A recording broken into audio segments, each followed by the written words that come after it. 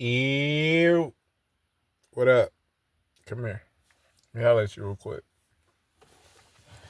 So in this video, I want to talk about patience, because sometimes those tasks that you have to do to move the ball forward are not fun. Like, they can be very boring. They can be tedious. But especially when you're like batching work together and you're doing like the same thing over and over, it can get tedious, and you might have a tendency to want to rush the process, like push things out, you know, earlier. Not that that's necessarily a problem, but it's probably better to just have the whole thing complete and then push it out. You know what I mean? So, just have patience while you building. There's no need to rush. Um, just think about anything well that's built. You know, think about something luxurious. Think about something like a house. You know what I mean? The body, anything that needed to be built, um, and was built well, required patience. And because it took time, because you wasn't rushing the process.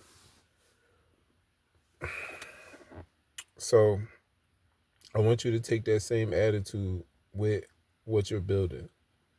And, even as an Enneagram number 9, you know what I mean? Your main lesson is patience. So you could always use some practice being patient. Um, and then also, just to share some things that I learned yesterday, I had some YouTube videos kind of running in the background with business advice.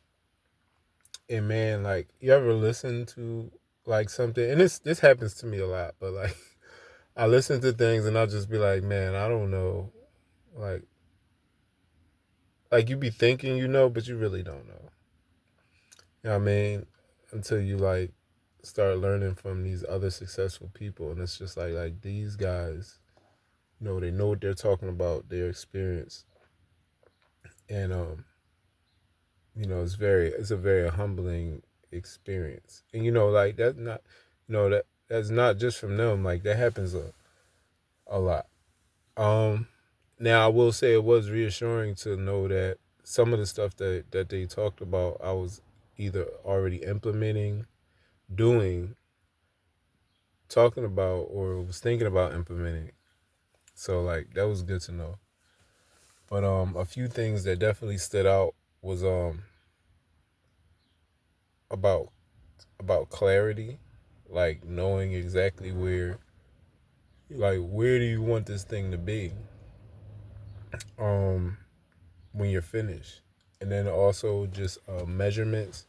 Like, it's pretty much like whatever you're measuring, you're not really paying it attention. Like, you can't be serious if you're not measuring. For example, somebody who wants to lose weight, like, you can't just be like, all right, I'm just gonna work out 5 days out the week, but you're never stepping on the scale. Like, how do you know where you are, and how do you know where you're trying to get to, and how do you know how long you got to get there and what you have to do? So that was one thing. I, talked about that before, but sometimes it's good to just hear things again. Um, Excuse me, yo. Um, what else?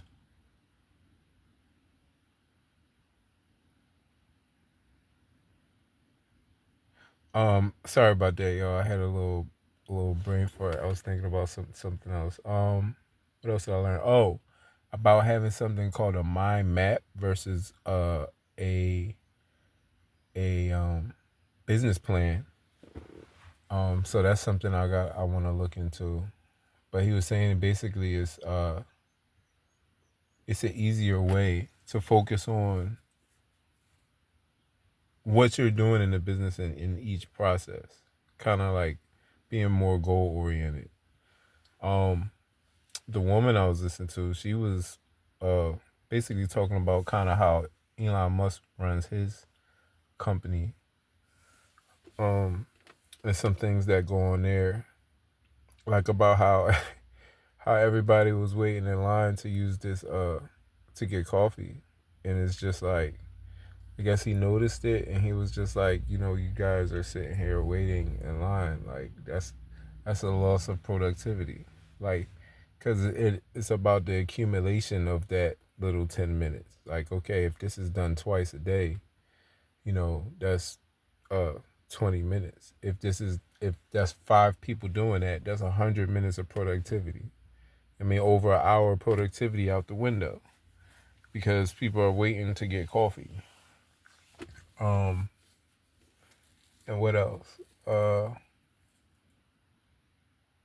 she talked about how when she talks to some business owners, they're like, things are always happy in business and things are always great. And she called the bullshit and was like, no, sometime you will be down, sometime you will be depressed, sometime you'll lose money, sometime, whatever it is.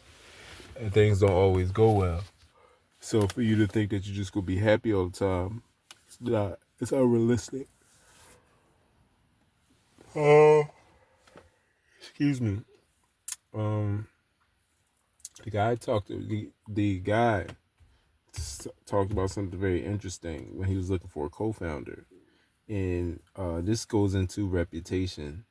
Um, and the co-founder was basically saying that he would the way that he would find a co-founder. One of the ways is to ask them this question. Basically, they could have anything they want in the plan. They can have anything that they want, but at the end of like kind of like the end of their life or near there, they basically had to tell everybody that they was a fraud and that they didn't work for any of that stuff and it was just given to them. And he was saying that like over 50% of the people actually say yes, that they would do that. That's interesting statistic. Um so yeah, that was very interesting. Excuse me, y'all. Forgive me. What else? Oh, about just basically like kind of being on the front lines of your business. You know what I mean? Not having this ivory tower, I guess I could say. So yeah, a bunch of different lessons. I learned listening to that yesterday, and it was kind of on in the background, so I didn't catch every single thing, but really good stuff. Really good stuff. But I'm gonna talk to you guys later,